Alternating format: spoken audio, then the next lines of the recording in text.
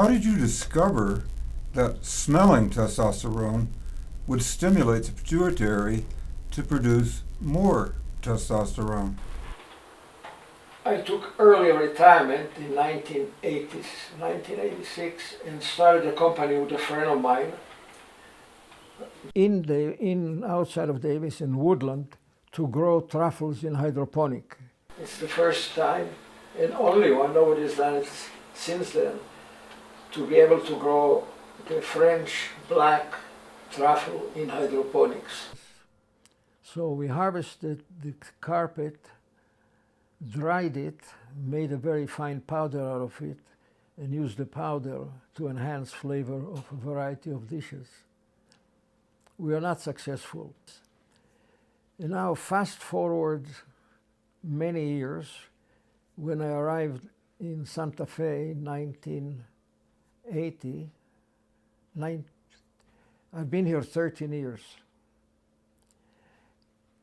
And we had a company to grow mushrooms, the truffle over here, and since we are not successful in selling it as a flavor enhancer, we thought that we add it to pig feed.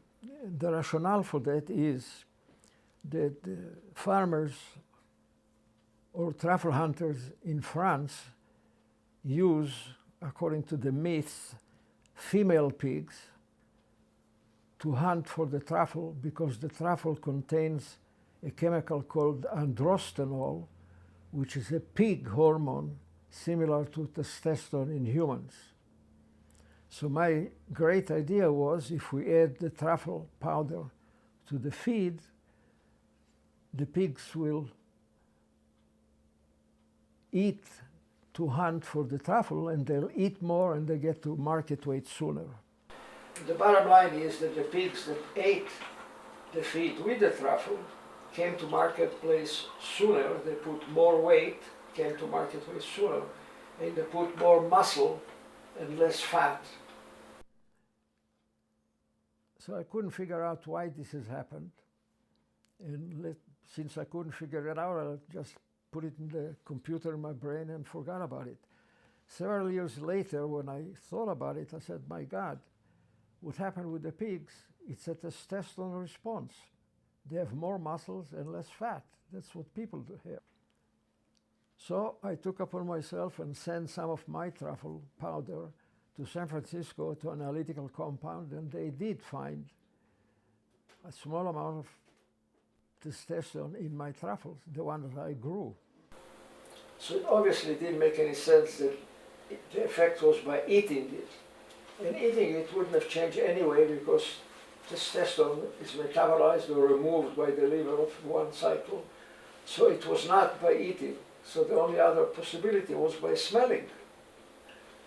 Now 1 gram sounds like a small amount in a ton, but a mole, which is the molecular weight in grams of testosterone, is around 300 grams, equivalent to 6 times 10 to the power of 23 number of molecules. So although the amount in weight is small, 1.7 micrograms, it translates to 10 to the power of 15 number of molecules. And the molecules go out in the air as the pigs move around the stuff. And the response is because they smelled it. So this is the first time that it was shown that testosterone can initiate production of testosterone, presumably, in pigs. So then I went to study the same thing in men, and I had 10 friends. All of them were between 55 and 82, which is my age at the time. And I made a truffle extract, alcohol extract, that contained testosterone, and asked them to smear a small amount under the nose before they go to sleep. All 10 responded by increased testosterone.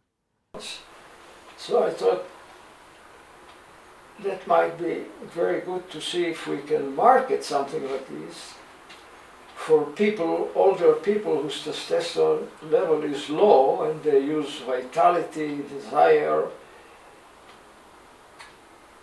and life. So if we can increase their testosterone, they get, so to speak, young again.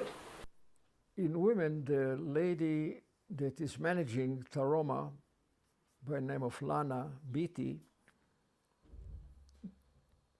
had a very insightful thought to use it in women perimenopause, before, during, and after, because there are studies done several years ago, maybe 5, 10 years ago, by a physician, a Harvard graduate with an MD, that when she got her menopause, she went to gynecologist or neurologist, and they gave her estrogen and progesterone, and it didn't work. So she went to another one, gave him the same thing. She went to a third one, and he says, why don't you take Prozac?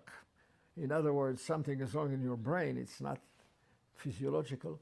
And she started adding testosterone.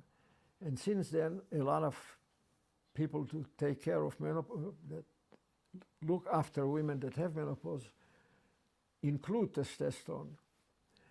So Lana, instead of measuring testosterone in saliva, gave 30 or maybe more than that women a questionnaire and asked them what are the symptoms and what happens after you put the testosterone in your upper lip. And in most of them, not in all of them, in most of them, it either stopped hot flashes, stopped sweating, increased desire, allowed the women to sleep through the night.